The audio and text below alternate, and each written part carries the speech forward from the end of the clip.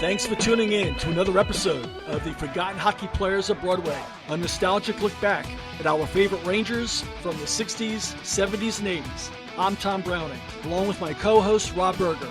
We can be heard on Google Play, iHeartRadio, YouTube, iTunes, SoundCloud, Spotify, and of course, our website at gotommyboyproductions.libsyn.com. That's gotommyboyproductions.libsyn.com. Please check it out. You can capture all of our episodes on our webpage. You can contact us by just clicking on the contact bar. You can access all of our episodes. You can leave a message. We'd love to hear from you. Love to hear about the players that you would like for us to profile. Love to hear about maybe some of the seasons other than the 60s, 70s, and 80s that really made an impact on you as a fan. Again, we will be going off the menu every once in a while. We'll be talking about the current day New York Rangers, the state of the franchise, and again, we love to talk about previous playoff games, impactful trades that took place in New York Rangers history. So wherever you listen to us, please hit subscribe. It's free. So without further ado, here are your hosts, Tom Browning and Rob Berger.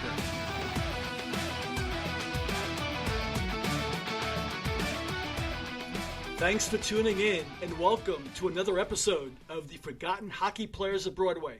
I'm Tom Browning, along with my co-host and great friend Rob Berger. Rob, how you doing today, bud? I'm doing great, Tom. Happy November.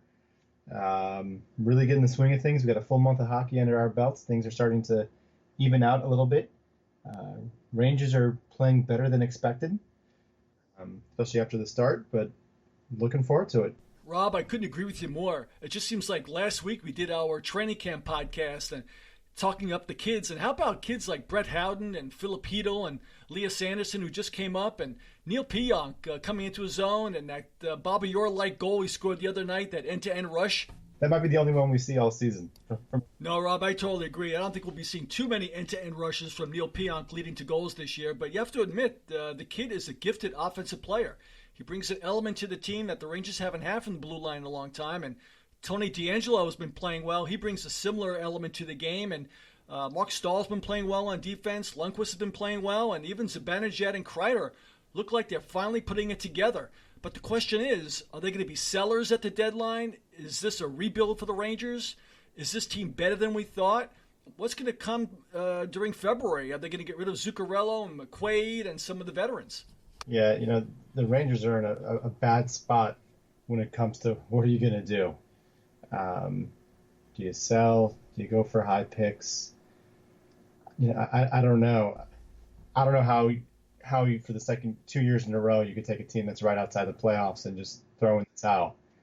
I'm split. Sometimes I think they're going to do that, but sometimes I think those two home playoff games would be pretty enticing for the Dolans. Rob, that's a good point. It is a tough call by the Dolans and by the Sathers and the Gortons, but remember, it was James Dolan that did sign off on the Rangers rebuild letter that went out last February, and I know Jeff Gordon really wants to build a perennial champion here with the New York Rangers.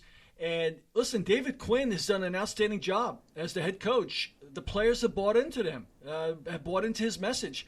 Quinn feels that this team can rebuild with youngsters that can drive success each and every game and be competitive. And, I don't know. The Penguins are having a tough start. The Islanders are playing very well under their new head coach, Barry Trotz. Canadians are off to a pretty good start, but the Capitals are having a tough time right now. And, hey, this team has belief right now. These youngsters have really infused some energy and enthusiasm and belief into this organization. You just never know what's going to happen. Yeah, and it's also fun that who's in first place in the Metropolitan right now? Yeah, our good friend John Tortorella has his Blue Jackets in first place right now. They're playing very well, but the Rangers are one of the hotter teams in the league, and we are right behind them, 2 points behind first place. So who would have thought when we started the season, Rob, with them losing, I believe it was 4 out of the first 5 games, that the Rangers would be sitting right at the very top of the Metropolitan Division with the Columbus Blue Jackets. But again, a lot can happen. It is early, but let's see how these kids progress. Well, yeah, I don't know how long they'll seem to be reckoned with. They're lucky that the Metropolitan has not performed so great so far this year, and really, With the way the Penguins are underperforming, this division doesn't look that tough outside of Columbus and Washington. I can't see the Islanders sustaining that long, especially depending on the health of Robin Lehner. The defense has played so much better. In fact, the second least amount of goals allowed in the Western Conference, or excuse me, the Eastern Conference so far. It's remarkable to me that how much their defense has improved over 14 games. Well, Rob, it's going to be very interesting. It looks like it's going to be a wide open division in the Metropolitan Division this year, at least for the time being. So, Rob, it's really my pleasure now to turn our attention to our focused player today on our podcast, the great number 18, Wakka Chuck, the center iceman for the famed Bulldog line for the New York Rangers back in the late 1960s, the decade of the 70s, and the early 1980s. Wolcott Chuck is fifth in Rangers history in games played, with well over 900 games, spanning 14 seasons, covering parts of 3 decades, as I mentioned earlier. The famed Bulldog line was the Rangers' best all-round line. They were very good offensively. They were outstanding defensively. As a matter of fact, Wakka Chuck was probably, or is probably, one of the greatest face-off men in Rangers history, and could go down as the best defensive center iceman that the Rangers have had in their history. And Wakka Chuck is really the personification of this podcast.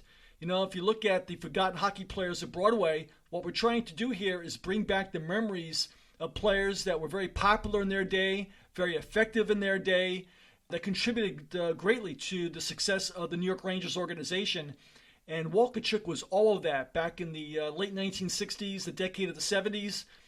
Even during the Stanley Cup final run in 1979, well into his career, when they played the Montreal Canadiens. And unfortunately, due to an eye injury, a serious eye injury, he had to retire at the age of 33 in 1981. But Wakka Chuck was a very heady player, a very strong player. He had tremendous leg strength. He was a north-south skater. He would rather go right through you than around you. And when that Bulldog line was on the ice with Wakka Chuck at center, Billy Fairbairn on the right, and Dave Balon initially on the left wing, followed by Steve Vickers on the left wing, the Rangers, that particular line, considered their second line, could not only do damage defensively, but they could also score very timely goals. As a matter of fact, Wakka Chuck had 5 consecutive 20-goal seasons. His best season was actually his second and third year with the Rangers, where he scored 27 and 26 goals respectively. He had over 70 points his second and third season with the club. So he was a very tough center iceman for the Rangers. Yeah, and his defense was so good, and he just happened to be unfortunate that the prime of his career, there wasn't a Selke trophy. He would have definitely been a finalist for the Selke, even though he went up against, and even when this trophy came around, he was going against Bob Gainey, who essentially the trophy was invented for. But again, such a solid two-way player. And really, I love that you said it's a personification of this podcast, because I think if you went to your everyday Ranger fan and asked them to name the top 10 Rangers in points, I don't know how many would remember Walt Tkaczuk on that list.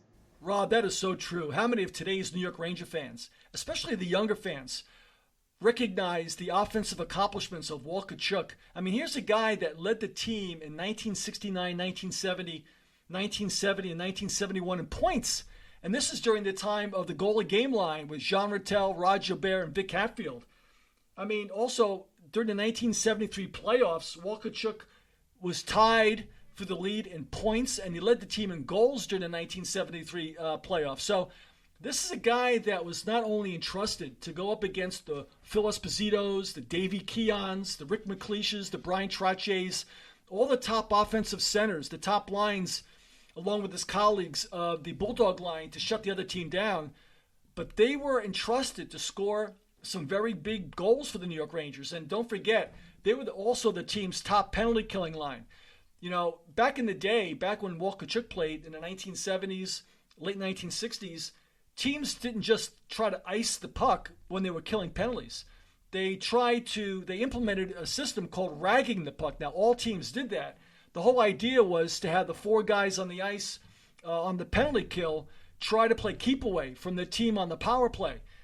Billy Fairbairn and Wakka Chuck were especially very good at it. They would just play keep away. They would rag the puck. It was like the puck. It was like a puck on a string attached to their stick, or the puck was magnetized to their stick. It was just incredible how they could keep possession of the puck, how they could rag the puck and play keep away from the other team. And then once they wore the power play of the other team down, Walcott Chuck would spring Billy Fairbairn, or Billy Fairbairn would spring Walcott Chuck for a shorthanded goal. It was really something to see. So they were not only gifted defensively, but they scored some timely goals for the Rangers. Yeah, and that was their role in the team. The Bulldog line, playing the tough defense, so the top line, the goal game line, could get moving and do what they do on offense. I would love to see. We don't have the benefit of having a lot of the advanced stats. His possession numbers would have been so strong. How that line controlled the tempo of the game, drove possession. Really, when driving possession wasn't as important as it is today, that's what they were doing. All the while, like you said, great highlights of him going up against the great lines from the Bruins, Flyers, and so on. Killing penalties was, him and Fairbairn.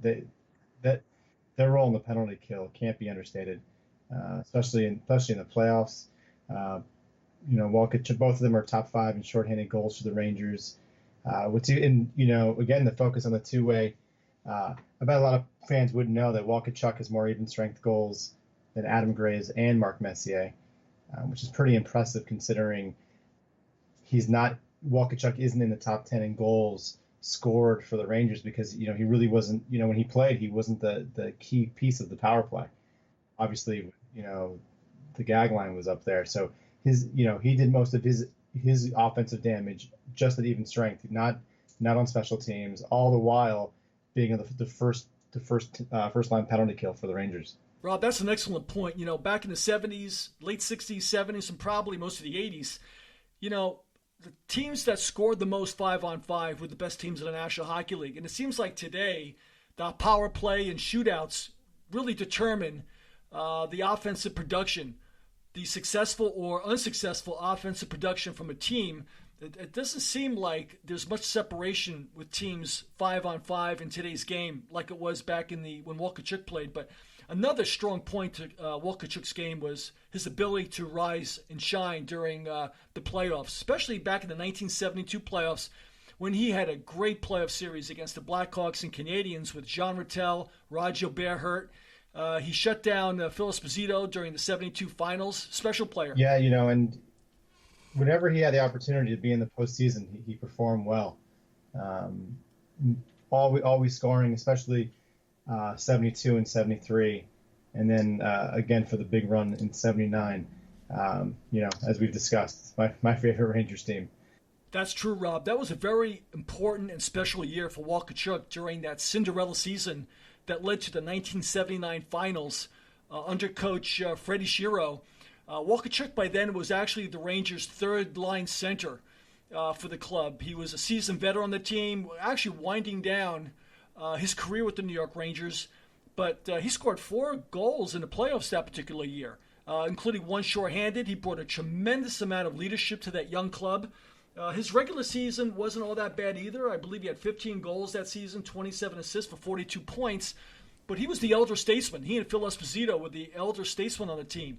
He played a very important role, not only offensively during the Rangers' run to that Stanley Cup Finals. I would have to believe, Rob, that had to be one of Walcott Chuck's more satisfying seasons during his tenure with the New York Rangers. And, of course, a couple of years later, he would have that serious eye injury, fortunately, that ended his career. And he did wear the helmet. He did start to wear the helmet, I guess it was sometime in the late 1970s, but unfortunately it didn't keep him from the eye injury. Yeah, just an unfortunate eye injury in 1981. Again, another argument for having these guys wear shields. I think we'll see one day, at least mandating a visor. He took a puck in the face, his eye, and that was it. Never played again. Would have been nice to see him hit 1,000 games, as a Ranger, because he's definitely one of the top 25 Rangers of all time. And coincidentally, even it's just a technicality, he's arguably the best German hockey player of all time, even though if we're going to really break it down, he moved to Canada when he was 2. Yeah, that's true. He was born in Germany, and then when he was 2 years old, they moved to Canada. His dad was a coal miner in Canada. As a matter of fact, Wakka Chuck used to work in the coal mines with his dad, and he attributes a lot of his strength and perseverance and toughness to working that very tough job in the coal mines as a youngster. And of course, the Rangers signed him as a 16-year-old free agent back in 1963. And Rob, when he came up to the Rangers during the 1967-68 season, he made an immediate impact. And I often wondered if the Rangers had won a Stanley Cup or two, the impact that this guy made, would he not have his number 18 lifted to the rafters with a special retirement night like we're going to see with Vic Hatfield later on this season? No, which is, and again, a shame. And it's funny, you talk about Vic Hatfield getting his number retired. And, you can debate, obviously Vic Hatfield was on that great line, but, did he have more of an impact on the Rangers than Walt Tkaczuk? Rod, that's a great question. Did he have more of an impact than Vic Hatfield? Well, if you look at Wakka Chuck, determined to be the very best defensive center iceman going up against the likes of Phil Esposito. I mean, Phil Esposito to this day said that Wakka Chuck was one of the toughest center icemen he ever had to go against. And remember, during that 1972 Stanley Cup final, he held Phil Esposito goalless during that Stanley Cup final. Wakka Chuck chipped in many important goals for the New York Rangers. He led the team in playoff points during the 1973 playoffs. He was a penalty killer. He was a two-way hockey player. Bobby Nystrom with the New York Islanders had his number retired, and he was a defensive player. So I think that's a great question. I think that is definitely something that could be debated. Yeah, I mean,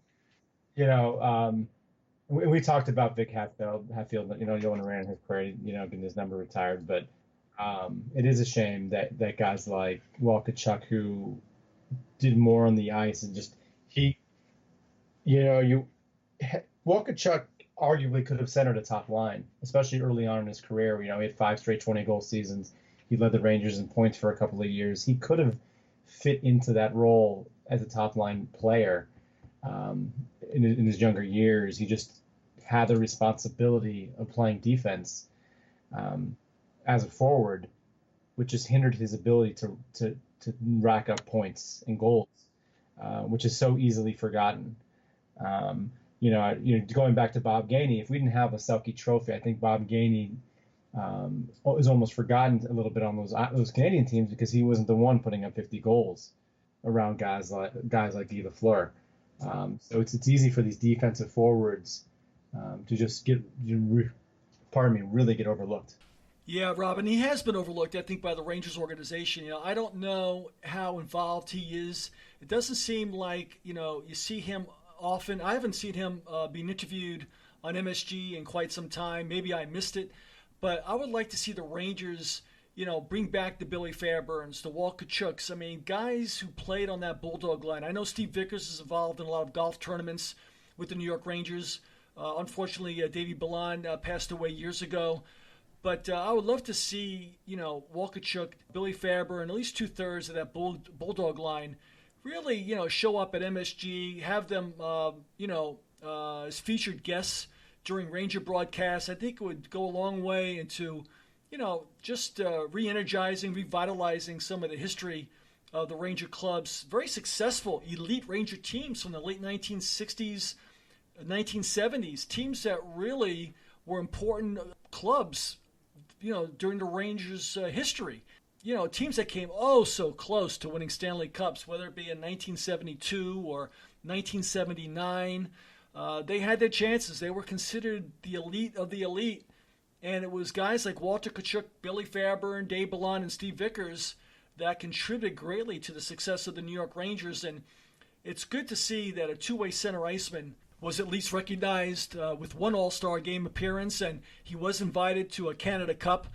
But, I think the two-way hockey player really needs to be recognized, not just the prolific goal scorers, as important members of the club. Yeah, again, you love to see these defensive forwards, a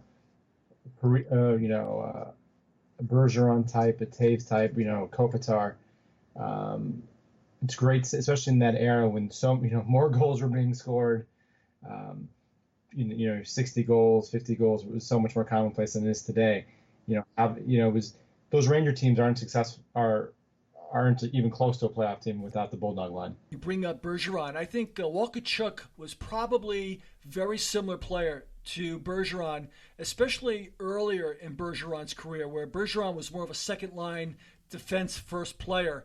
I think Bergeron has kind of evolved and morphed into just as much a prolific first-line offensive center as much as a defensive center. But I like that Bergeron analogy. I think Tkachuk, very comparable to Bergeron. Rob, as we wrap up the Wakka Chuck profile, two memories that I have is Walt Tkaczuk used to be called Walt Tkaczuk when he first came up back in 67, 68.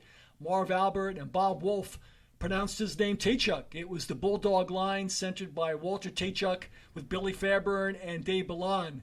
It wasn't until 2 years later that they made the correct pronunciation. And a lot of us Ranger fans thought, gee, did the Rangers trade Walt Tkaczuk for Wakka Chuck? So that was kind of the joke back then. And then finally, one of the most exciting Ranger games that I can remember watching was a regular season game, 69-70 at Boston Garden on a Saturday night.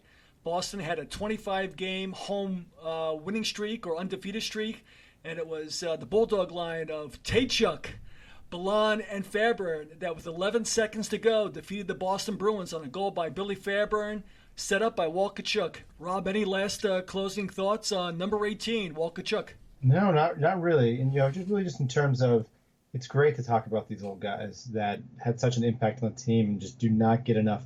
With the exception of a random trivia question here and there from Sam Rosen watching the games, we don't get a lot of talk about guys like this. So I'm glad we were able to discuss them today.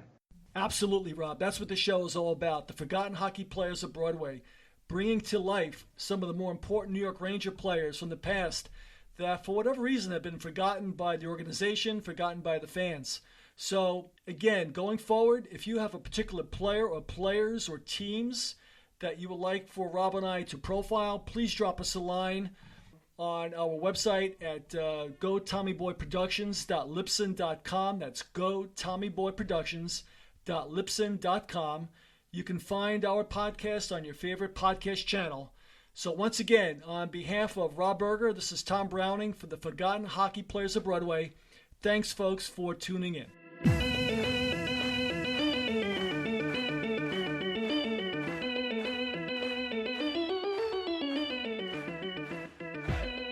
Thank you for listening. This has been a Go Tommy Boy production.